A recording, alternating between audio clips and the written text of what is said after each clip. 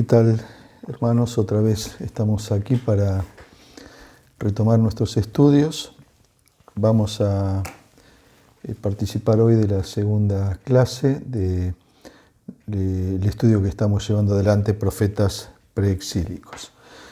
Recordarán ustedes que en la clase primera les hice referencia al periodo en el cual estos profetas ministraron.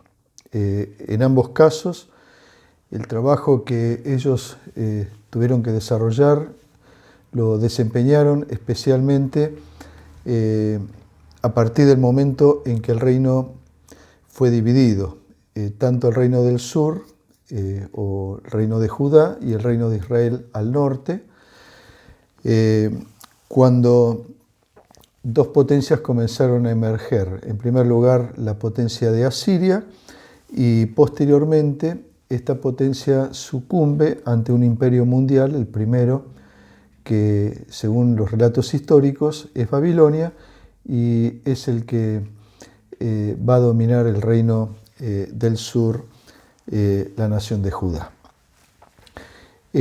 También recordarán que les había comentado que en Deuteronomio Dios, antes de concederles el acceso a la tierra prometida, allí el Señor les da promesas a toda la nación de Israel. Y también le manifiesta las consecuencias de desobedecer a Dios. También Dios establece un rol claramente definido para su pueblo, un rol que ante las naciones debía desempeñar como una nación misionera. Tenían que dar a conocer todas las maravillas de Dios y testificar sobre este Dios magnífico, este Dios grande que había escogido a la nación de Israel como su pueblo.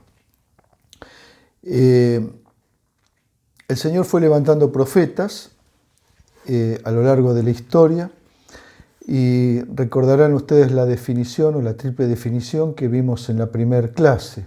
Un profeta también era llamado un vidente, era denominado también varón de Dios, o uno que hablaba en nombre de Dios, y ese es el término más utilizado en la palabra de Dios.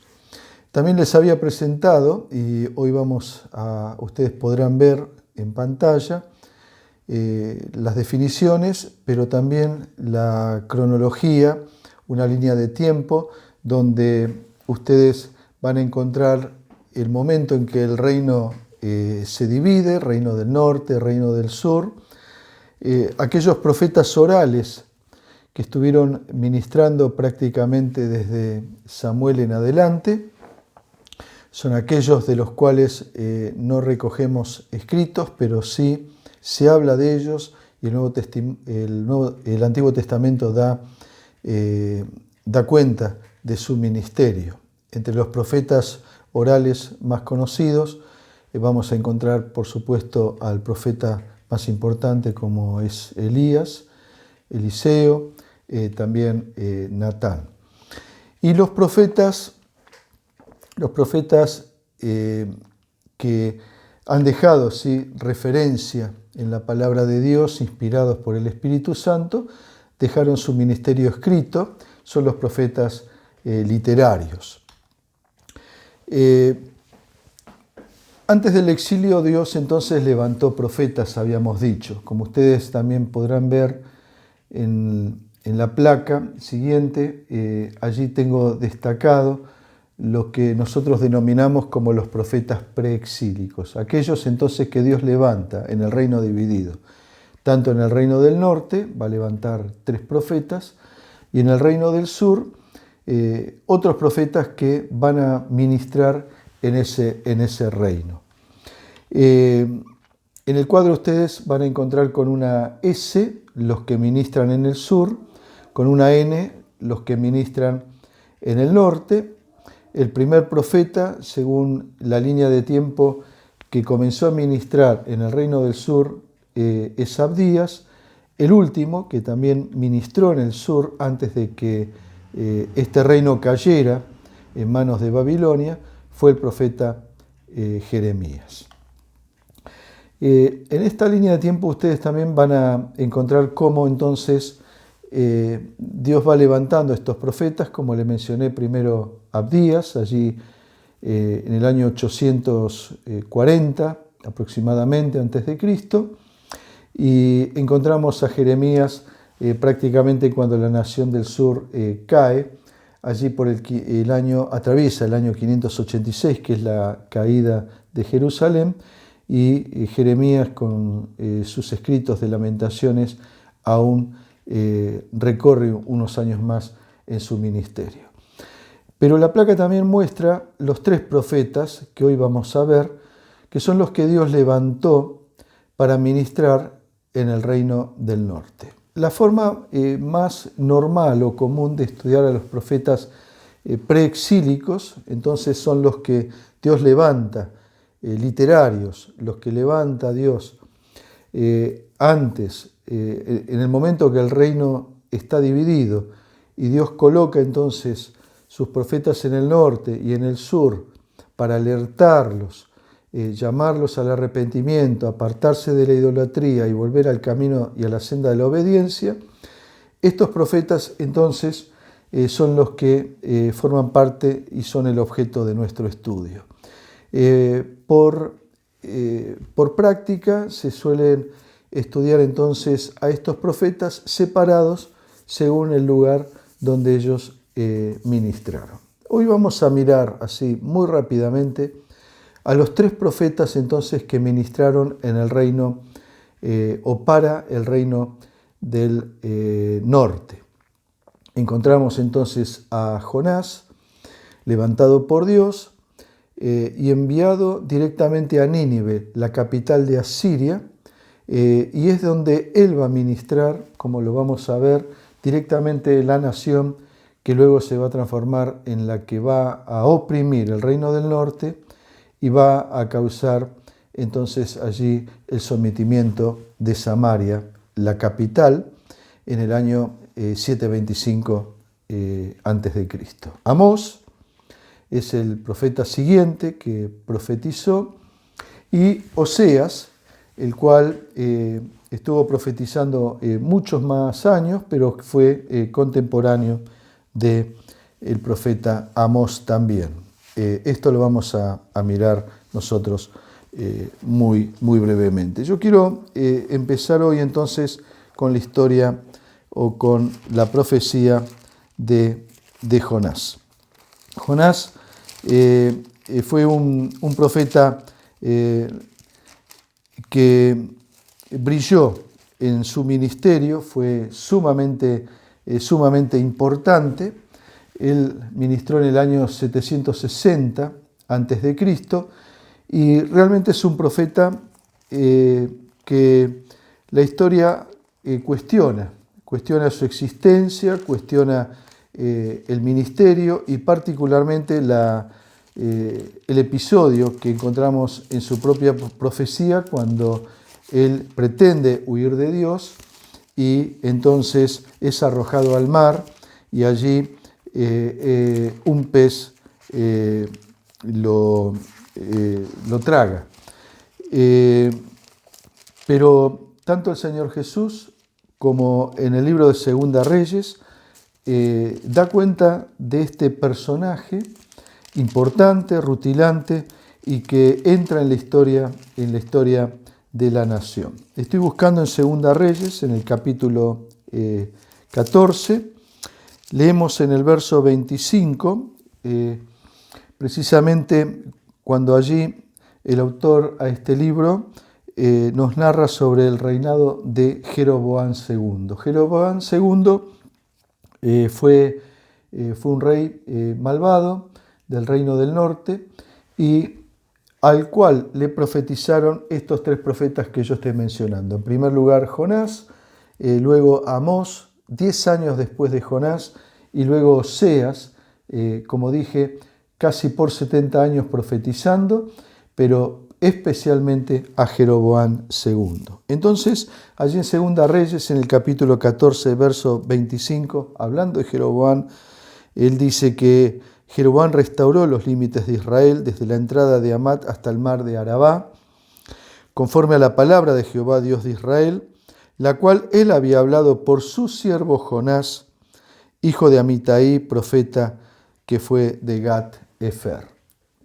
Jonás fue importante, no solo por el ministerio que desempeñó en Nínive, cuando él predica allí y sucede la tremenda conversión de toda la nación que se arrepiente, que se manifiesta en ayuno, en cilicio, y se vuelven a Dios, de manera tal que detienen su carrera invasora, permitiéndole a Jeroboam reinar, un rey malvado, reinar en un espacio de prosperidad, en un espacio de paz, y él puede entonces proyectar sus límites y extenderlos nuevamente al norte, casi alcanzando los límites que había tenido en su momento el rey David y el rey Salomón. Jonás fue el profeta que ministró en Nínive.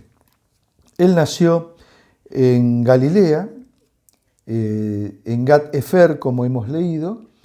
Es una zona muy cercana a Nazaret, y el propio Jonás, como ustedes recordarán, fue cuestionado aún por los propios doctores de la ley en el Nuevo Testamento, cuando levantan el cuestionamiento y se preguntaban cuando se referían al Señor Jesucristo, diciendo si de Galilea podía venir algo bueno, que Dios nunca había levantado un profeta en Galilea, contradiciendo lo que la palabra de Dios nos dice, y precisamente el propio ministerio de Jonás. Jonás era de Galilea. Fue un poderoso predicador. Recibió un llamado serio al servicio.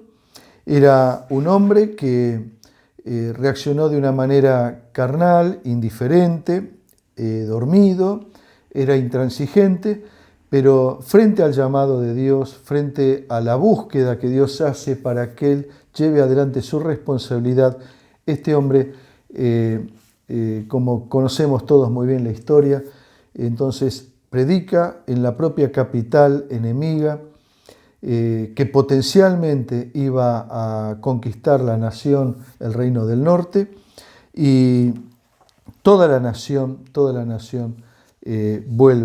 se vuelve a Dios. La propia Nínive, la capital de Asiria, vuelve sus ojos a Dios, se arrepiente, y entonces cesan en su política expansiva, protegiendo entonces así el reino del norte. Pero la historia de Jonás es un llamado también para nosotros.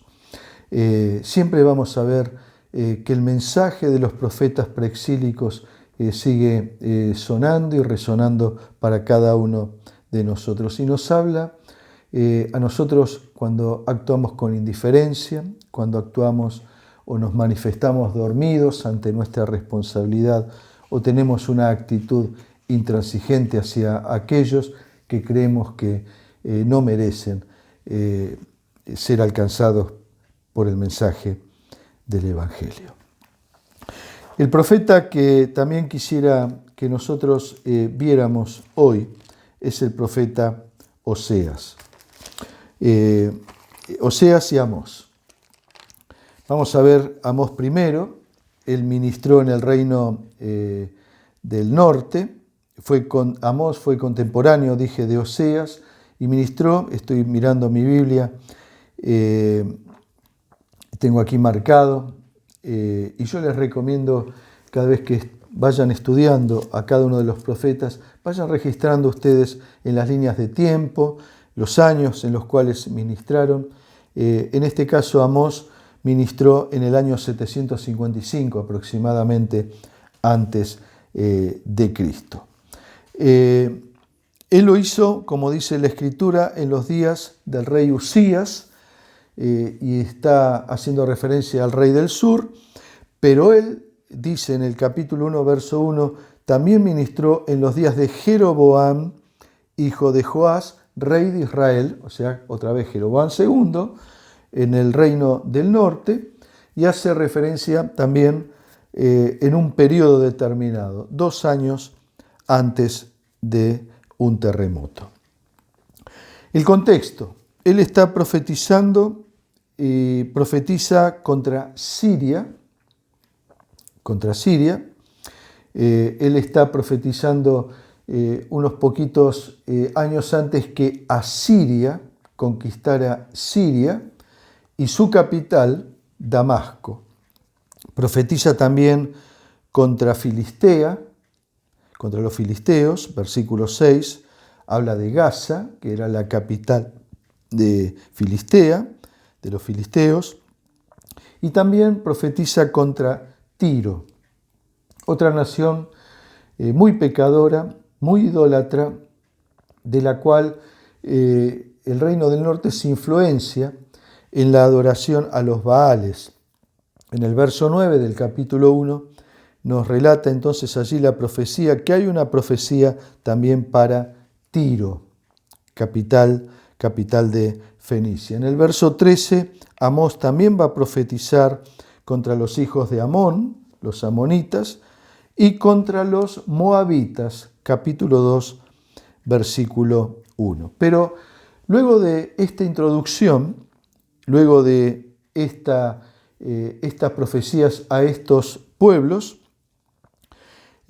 Amós dirige todo su discurso y toda su profecía, que llevó adelante a lo largo de prácticamente unos 5 años en forma ininterrumpida, y entonces ahora su discurso, su profecía, la dirige contra la nación de Israel, reino del norte. Y el mensaje es duro, Amós capítulo 1, verso 2 dice, Jehová rugirá desde Sión y dará su voz desde Jerusalén, o sea, desde el sur hacia el norte, y los campos de los pastores se enlutarán y se secará la cumbre del Carmelo, del monte Carmelo. Y entonces en el capítulo 2, a partir del verso 6, comienza esta profecía.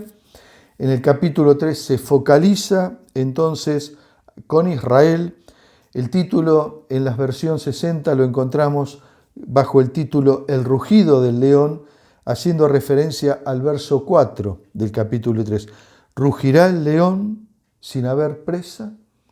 Está hablando entonces ya de la propia nación del reino del norte, presa del reino de Asiria.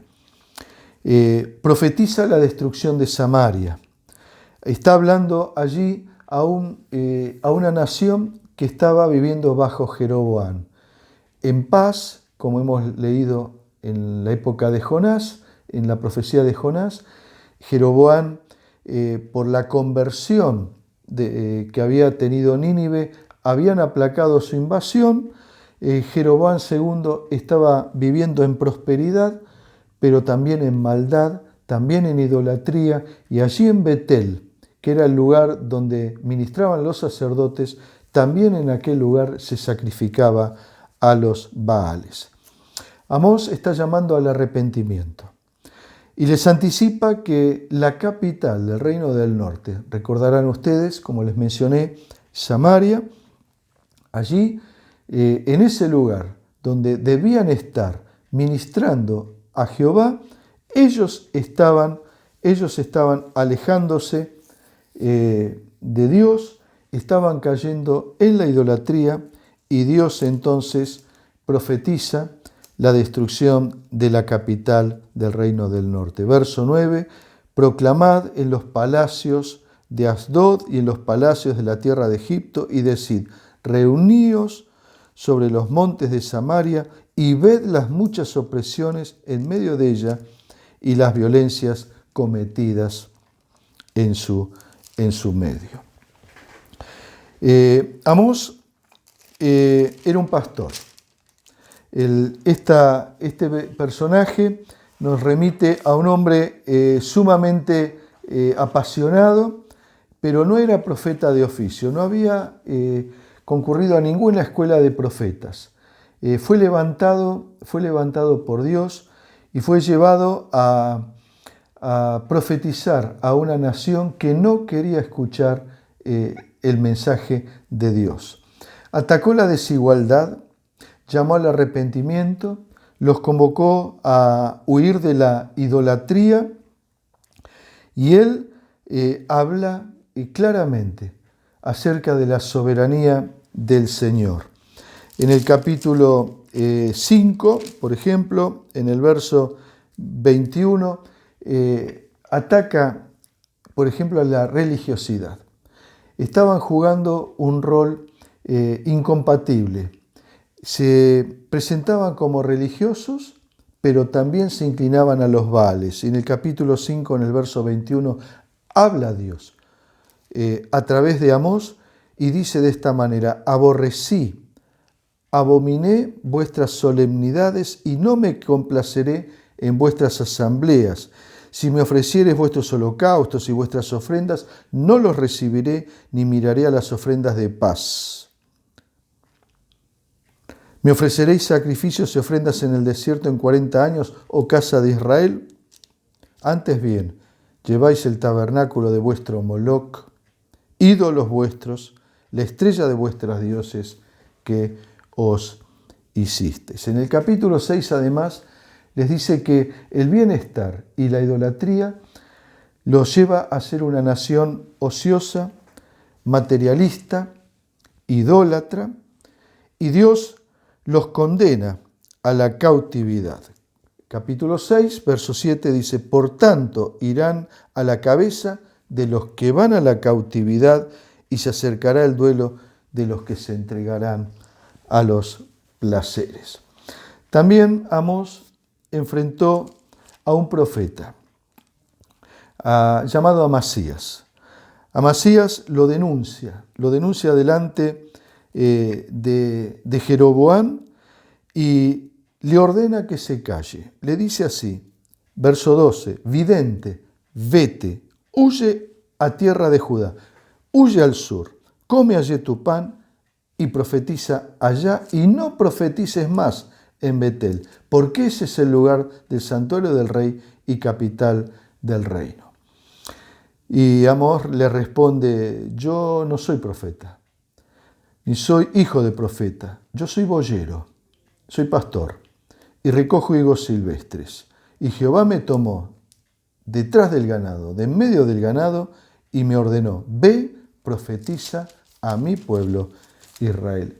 Y él le muestra la fidelidad y el compromiso que tiene con el llamado de Dios y el mandato y el compromiso que tenía con él, como decía. Y finalmente, luego de hablar de los juicios ineludibles que habrían de venir, que tenemos detallados en el capítulo 9, también está la palabra de esperanza que Amós transmite a este pueblo. Él está hablando también por boca de Dios y le asegura que Israel, capítulo 9, verso 11 en adelante, recibirá restauración. El tercer profeta que encontramos profetizando, y el último en el reino del norte, es Amós. Amós, como mencioné, Oseas, como mencioné, Oseas fue contemporáneo de Amós, pero profetizó 70 años. Su nombre significa salvación. Y lo notable de este profeta es que él padeció en carne propia lo que la infidelidad espiritual que Dios sufre de parte de Israel. Él lo sufrió en carne propia. Fue ordenado a tomar una esposa que le fue infiel, y a través de la infidelidad con que padeció en su matrimonio y el repudio que debió enfrentar y todo el pecado de adulterio que más adelante en el capítulo 3 él vuelve a padecer, son el fiel reflejo de lo que Dios espiritualmente siente cuando su nación, su elegida, adultera en pos de dioses idólatras y se entregan a la desobediencia. El propio Oseas bosqueja en su profecía entonces cómo es llevado a tomar una mujer pecadora, una mujer que luego le va a ser infiel, el castigo que va a soportar y luego la restauración que Dios está dispuesto a ofrecer a esta nación. Este mensaje está atado a su propia experiencia. Él tenía que demostrar con su propia vida que lo que a él le sucedía en su relación matrimonial, en su relación con su propia familia, era lo que el Señor estaba padeciendo espiritualmente. Toma de su experiencia y expresa su amor, su dolor, el juicio y la restauración, de la misma manera que Dios lo está haciendo con la nación de Israel. Oseas, allí en el capítulo 14, en el verso 4, también entrega una promesa a una nación que va a ser destruida totalmente.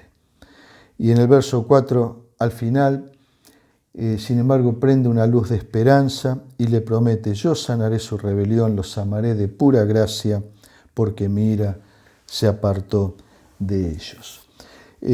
Yo decía que Oseas estuvo ministrando allí hasta el año 715. Por lo tanto, él vio la caída de Samaria. Él vio como en el año 722 Samaria fue destruida. Y por eso él levanta la voz de la promesa, alentándolos a volver a Jehová para que el Señor los pueda sanar. Llevad con vosotros, verso 2 del 14, palabras de súplica y volved a Jehová y decidle: quita toda iniquidad, acepta el bien y te ofreceremos la ofrenda de nuestros labios. No nos librará el asirio. No montaremos en caballo, ni nunca más diremos a la obra de nuestras manos: dioses nuestros. Y ciertamente esto aconteció, porque después que esta nación fue llevada en cautiverio y prácticamente el reino del norte fue dispersado, cuando el Señor libera y permite que el reino del sur sea el que vuelve y sea el que se vuelva a establecer en la tierra, nunca más se tiene memoria de la idolatría, de caer frente a los ídolos y de una rebelión semejante. Pero esto lo vamos a ver un poquito más adelante.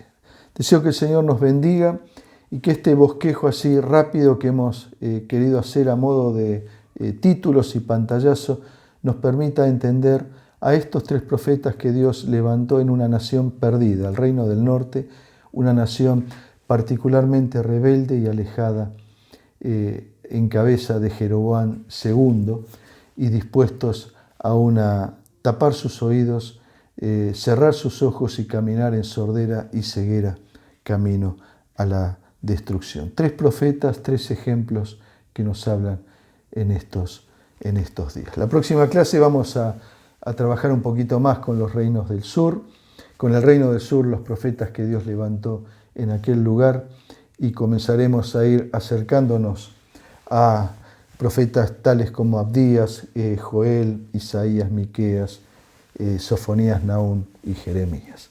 Que el Señor los bendiga, queridos, y en estos 30 minutos entonces deseo haberles sido claros y dado este pantallazo. Vamos a terminar con una oración. Señor, gracias por tu palabra y acompáñanos ahora en este estudio. Bendice a los que estamos estudiando y danos la posibilidad de tomar estos ejemplos benditos de estos profetas. Bendice tu palabra y acompáñanos en esta noche, en el nombre del Señor Jesús. Amén.